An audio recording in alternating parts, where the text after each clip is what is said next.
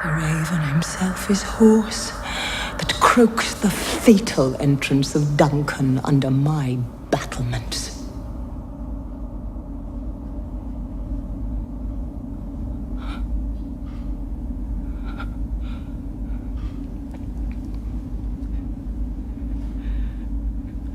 Come, you spirits, that tend on mortal thoughts. Unsex me here, and fill me from the crown to the toe top full of direst cruelty. Make thick my blood. Stop up the access and passage to remorse, that no compunctious visitings of nature shake my fell purpose. Nor keep peace between the effect and it. Come to my woman's breasts and take my milk for gall, you murdering ministers, wherever in your sightless substances you wait on nature's mischief. Come, thick night, and pull thee in the dunnest smoke of hell, that my keen knife see not the wound it makes, nor heaven peep through the blanket of the dark to cry, hold! Hold!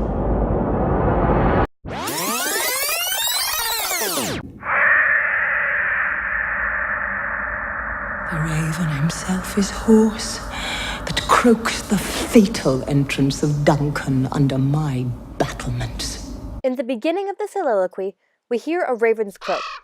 Lady Macbeth comments on this because a raven is considered a bad omen.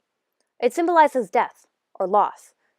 In this case, Lady Macbeth hopes it prophesies King Duncan's death. Later, in Act 5, Scene 5, a woman's cry is heard. Then the news is brought to Macbeth that Lady Macbeth is dead. Wherefore was that cry? The Queen, my lord, is dead. The raven not only foretells Duncan's death, but hers too. It spurs her into action, like the bell does in Macbeth's dagger soliloquy in Act 2, Scene 1. I go, and it is done. The bell invites me. It is interesting to note Lady Macbeth's use of the word my. She refers to the land as her battlements. This implies that she runs the place, and it is only Macbeth's in name.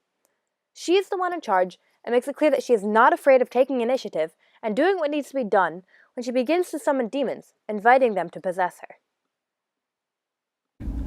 Come, you spirits, that tend on mortal thoughts. Unsex me here. Ah, the most famous line of the soliloquy and how it got its name. In Shakespearean times, women were seen as meek and pliable creatures, too weak to do anything of importance and in need of protection.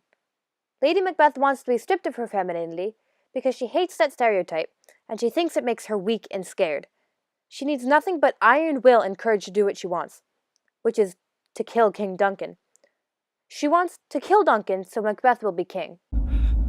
And fill me from the crown to the toe top full of direst cruelty. Lady Macbeth is saying she wants instead to be filled with cruelty instead of femininity. Note her use of crown. She could say head, like the phrase head to toe, but she uses crown because she wants to attain queendom. But because she uses crown, we know that she's already getting used to being queen, even though Macbeth's not king yet.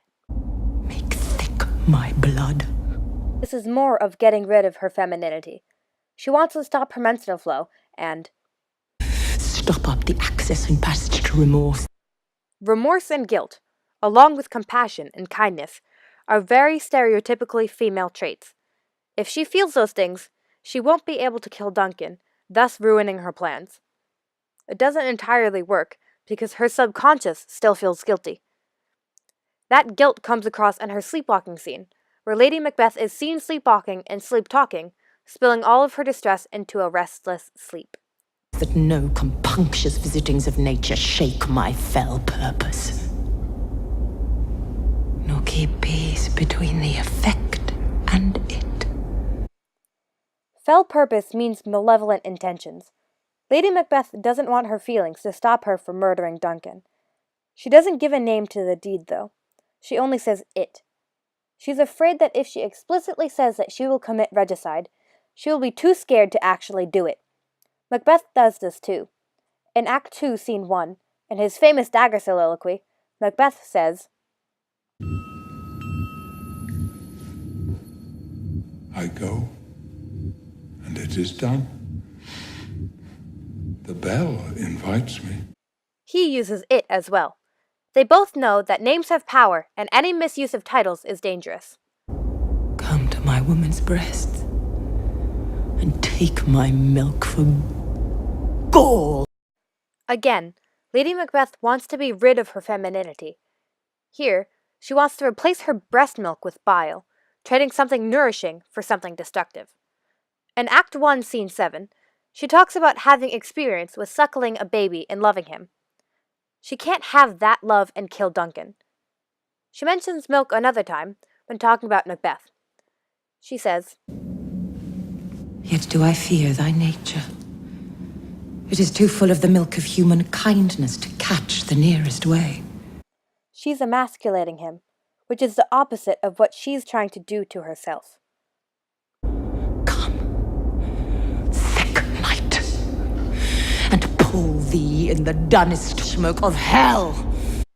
Lady Macbeth is saying that she wants to hide her actions. This is brought up later, in Act 5, Scene 1, when sleepwalking.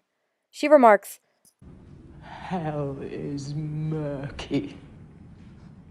which means her actions here worked, and she has seen hell, but it is not what she thought it would be, and she regrets all the killing.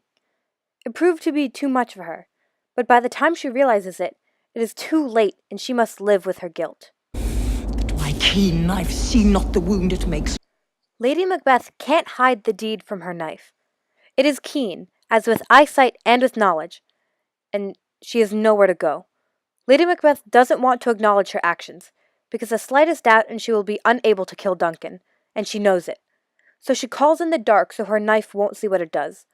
But in doing so, she places herself in that knife, making herself the weapon, because she is the one acting, not the knife.